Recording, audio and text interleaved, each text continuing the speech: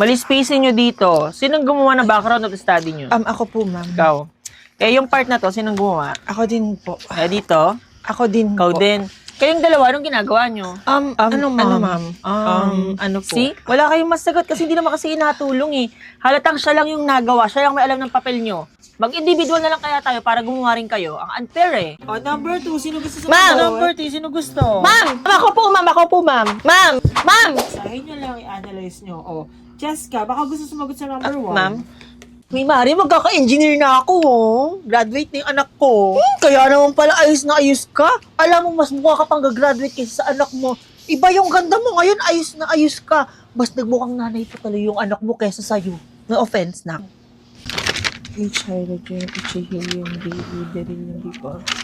Uy, tinag-review ka na ba? Oo, kagabi, pero onti lang. O ba't di ka nag-review? Tsaka ba't nagme-makeup ka? Para mamaya, after exam, kung babagsak man ako, maganda ako. Or papasa ako ng maganda ako, kung tsamba ako. Bahala ka pag ikaw talaga bumagsak. Mrs., didiretsuhin ko na po kayo. Masususpend po yung anak nyo. Bakit naman po, mabait naman po yung anak ko? Mabait po. Yung anak nyo po ay promotor po ng gulo sa classroom po natin. Lagi niya pong binubuli yung mga classmate niya, lalo ni mga mas maliliit sa kanya. Tapos one time, nagdala siya ng alak, nilagay niya sa tubigan niya para hindi mahalata.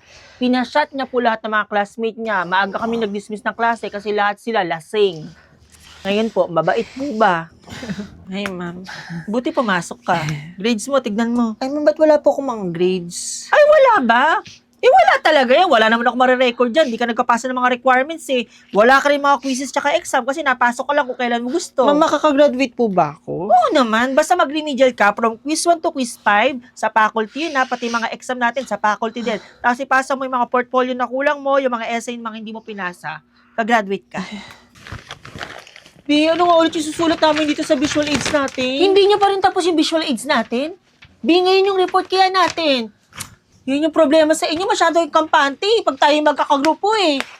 Kasi kahapon, nagkita-kita tayo para gawa ng report. Pero anong sabi nyo? Huwag muna tayo gawa ng report, be. Magsanggip muna tayo. Sa bahay na lang namin gagawin to. Eh ano natapos nyo? Anong sinisigaw-sigaw mo dyan? Okay na, ready na, okay na. Ma'am, ready na po kami, ma'am. Ready na kayo niyan, ha? Magde-defense kayo, ganyan yung suot nyo. May naka-dress, may naka-off shoulder, may naka-uniform, parang hindi talaga ready.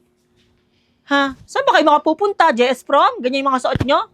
Walang magde-defense kung ganyan yung mga suot nyo, ha? Usapan natin, formal attire. The use of plastic is widely... Di ba re-defense na yan? Pinaulit ko kayo ng defense kasi hindi ko nagustuhan yung explanation yung nakaraan.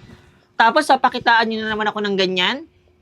Sarili nyong papel, hindi nyo ma-explain ng maayos sa unahan. Partida, di pa kayo tinatanong ng panel niyan. Kayo ba talaga gumawa ng papel nyo? Yes, ma'am. Di na nga kayo pinag-formal attire eh, kasi re-defense lang to eh. Tas ganyan na naman.